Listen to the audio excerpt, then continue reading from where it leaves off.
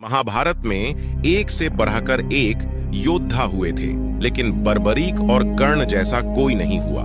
और महाभारत काल में कई युद्ध हुए, लेकिन एक युद्ध ऐसा भी था जिन्हें बहुत कम लोग जानते हैं।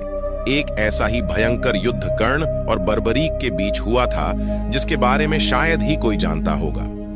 सूर्यपुत्र कर्ण के कवच कुंडल को किसी भी अस्त्र शस्त्र से भेदा नहीं जा सकता था, तो वहीं बर्बरीक के पास ऐसी 3 बाण थे जिसके सहारे वह किसी भी युद्ध को पल भर में समाप्त करने का सामर्थ्य रखता था। बर्बरीक को कल युग में खाटू श्याम के नाम से जाना जाता है और उनकी पूजा भी की जाती है। आखिरकार क्यों हुआ कर्ण और बर्बरीक में युद्ध? इस युद्ध में विजय कौन हुआ था, बर्बरीक या कर्ण? आज के इस वीडियो के जरिए हम जानेंगे।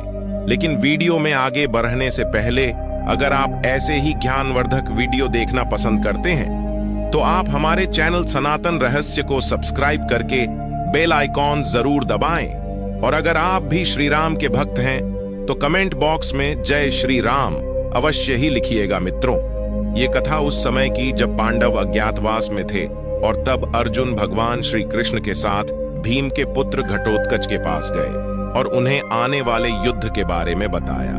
जब वे घटोत्कच को युद्ध की सूचना देने जा रहे थे तो उनके पीछे कौरवों का गुप्तचर लगा हुआ था।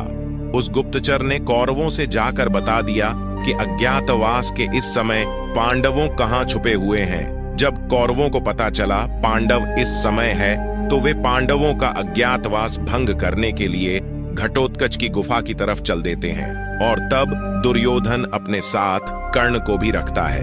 और जब वे घटोत्कच के गुफा के पास पहुंचते तो दुर्योधन के कहने पर सैनिक गुफा को चारों तरफ से घेर लेते हैं। भगवान कृष्ण को दिव्य दृष्टि से पहले ही पता चल जाता कि दुर्योधन अपनी सेना लेकर घटोत्कच की गुफा के पास आने वाला है। वे अर्जुन को इस बारे में बताते हैं। तब अर्जुन बहुत क्रोधित हो जाते और अकेले ही उनसे युद्ध करने के लिए निकलने लगते हैं। लेकिन श्री कृष्ण अर्जुन को रोककर कहते हैं, अर्जुन, ये वक्त सही नहीं है। अगर तुम इस समय गुफा से बाहर जाओगे तो फिर से तुम्हें 12 वर्षों का वनवास काटना पड़ेगा। उस समय पुत्र बर्बरीक उस गुफा में ही थे। और श्री कृष्ण की बात सुनकर बर्बरीक कहते हैं, आप लोग चिंता न करो, मैं एक कौरवों की सेना और कर्ण को रोक दूंगा। यदि वे शांति से मान गए तो ठीक है, अन्यथा मैं युद्ध के लिए भी तैयार हूं। बर्बरीक की ये बातें सुनकर भगवान कृष्ण कहते हैं, बर्बरीक, क्या तुम्हें कर्ण की शक्तियों के बारे में पता है? कर्ण के पास उसका दिव्य कवच कुंडल है, जिसके कारण तुम कर्ण को घायल भी नहीं कर पाओगे। यह सुनकर बर्बरीक श्री कृष्ण से कहते हैं कि हे प्रभु, आप इसकी चिंता मत कीजिए, मैं अवश्य ही कौरवों और कर्ण को रोक कर रखूंगा। आप केवल आशीर्वाद दीजिए।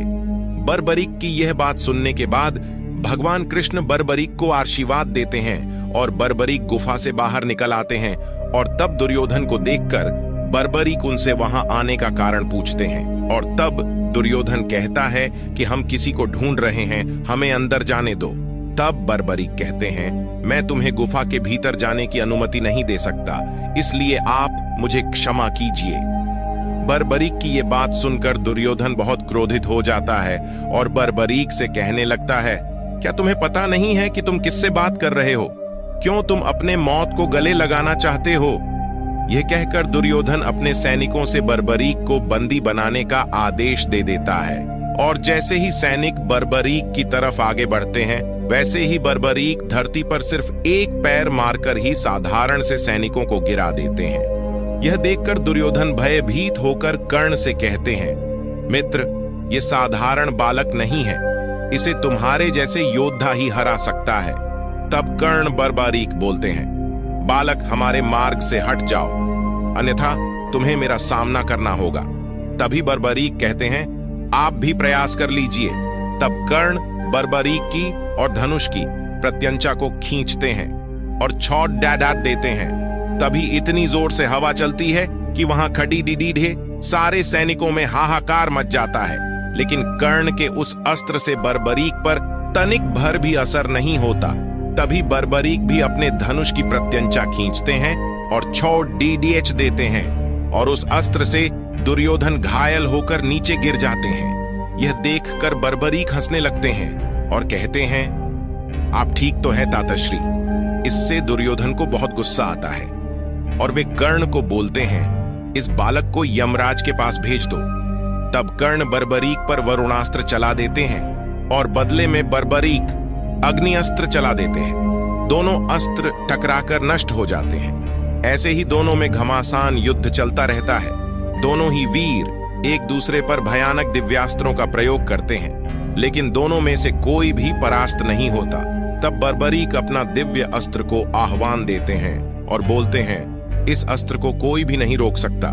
लेकिन बर्बरीक अपना दिव्य अस्त्र कर्ण के बजाय दुर्योधन पर छोड़ डीएच देते हैं और महारथी कर्ण अपने द्वारा उसे रोकने का प्रयास करते हैं, लेकिन रोक नहीं पाते हैं और वो अस्त्र दुर्योधन की ओर बढ़ने लगता है। ये देखकर महारथी कर्ण स्वयं दुर्योधन के सामने आ जाते हैं। तभी उनका दिव्य कवच प्रकट हो जाता है और उस कवच से टकराकर वो अस्त्र नष्ट हो जाता है। ये देखकर बर्बरीक को आश्चर्य होता है और मन ही मन सोचते हैं, ये कैसे संभव हो सकता है। इस दिव्य अस्त्र को तो केवल इंद्र का वज्र ही रोक सकता था। तब दुर्योधन कहते हैं, ये भगवान सूर्य की अभेद अमृत से निर्मित दिव्य कवच है, जो इसे तीनों लोकों में कोई भी योद्धा तोड़ नहीं सकता। तुम्हारा हर प्रयास विफल हो जाएगा। तब बर्बरी क्रोध में आकर भगवान शिव का स्मरण करके एक साथ अपने तीनों शक्तिशाली बाण छोड़ देने जाते हैं। इतने में ही वहां पर भगवान श्री कृष्ण आ जाते हैं और वो बर्बरीक से कहते हैं, पुत्र तुम इनके मार्ग से हट जाओ और जो भी दुर्योधन देखना चाहते हैं उन्हें देखने दो। तब कर्ण और दुर्योधन अंदर जाते हैं, लेकिन वहां पर उन्हें कोई भी नहीं मिलता, क्योंकि भगवान श्री कृष्ण ने अर्जुन को अपनी माया से अदृश्य कर दिया था। दोस्तों, आप क्या मानते हैं? अगर बर्बरीक ने कर्ण पर अपने तीनों बाण एक साथ चला दिए होते तो क्या होता?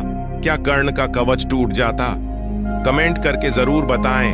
और दोस्तों, हमारे चैनल सनातन रहस्य को जरूर सब्सक्राइब कीजिए। धन्यवाद।